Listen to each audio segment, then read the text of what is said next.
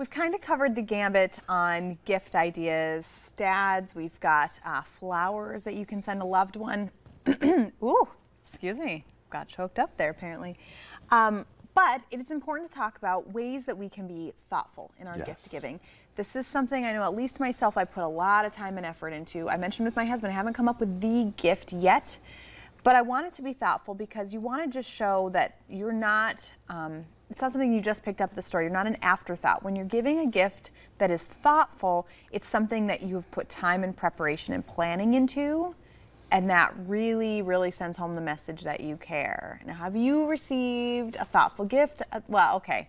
I didn't even mean to set myself up there. You just walked right into the door. So, yes, the way that you thoughtfully thought about me for my birthday, I'm almost about to cry, is like something that is meaningful because that gift, it took thought to put together because you know me, you know what I like, and you went to the right place, asked the right questions, showed them my picture so that they kind of knew my style, and they were able to tailor my gift to my personal preferences. Yay. So that's one example that I can give. Another one for me is my sister. She knows I'm a big cookie guy.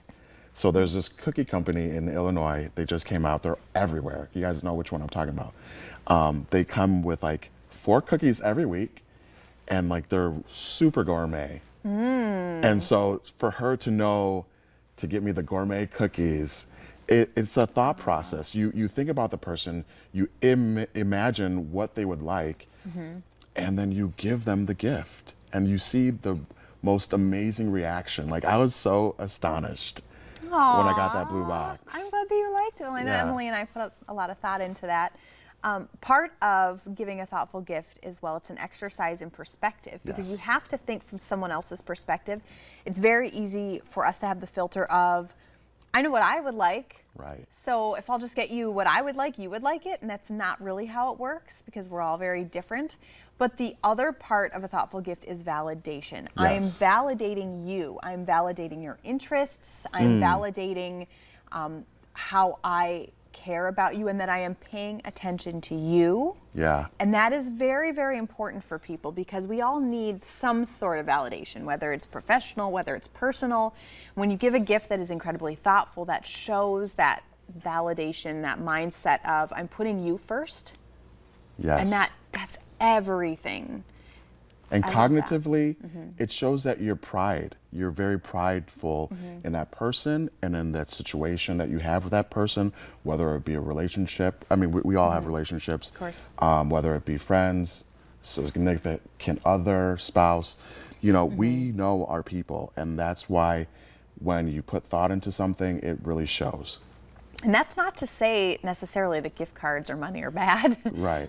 For example, my husband, he'll ask me, what do you want? And I'm like, oh, I don't know exactly. Sometimes I'll come up with an item, and it's hard because while I would love to have the surprise of a gift that I'm not expecting and something like, oh, this is perfect, that's sometimes unrealistic for me because I'm particular. Yes.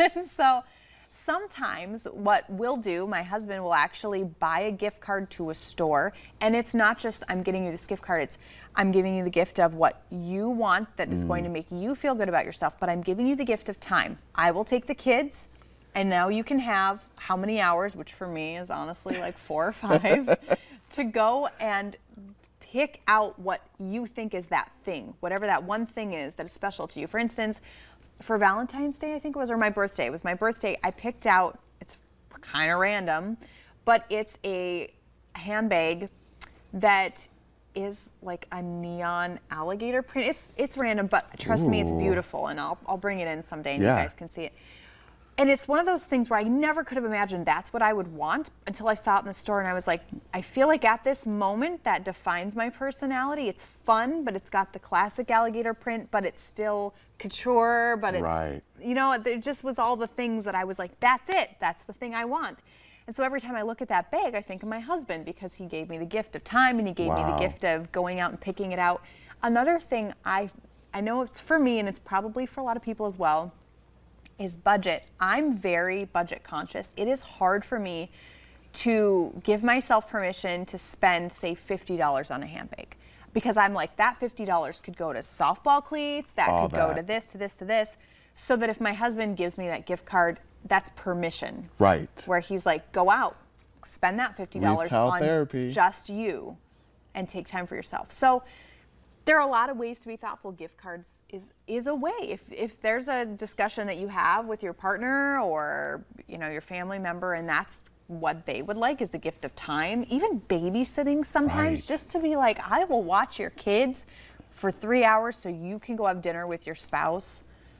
That's Date night. huge for some people. Yeah, they haven't had date night in a minute, so Right. yeah. Or, speaking of date night, setting up a surprise date, just being Yes. like, show up here at 7 o'clock and it's going to take 3 hours and don't tell them anything else. And then they show up and you've got flowers and you've already made a dinner reservation. Maybe you're taking them shopping if you're Marlon, whatever it happens to be.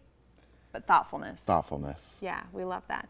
So hopefully that's enlightening. If you have ideas for thoughtful gifts, please send us a message on Facebook. We love getting your messages. But stay with us because next we're going to be talking about how June is National Acne Month, what we can do.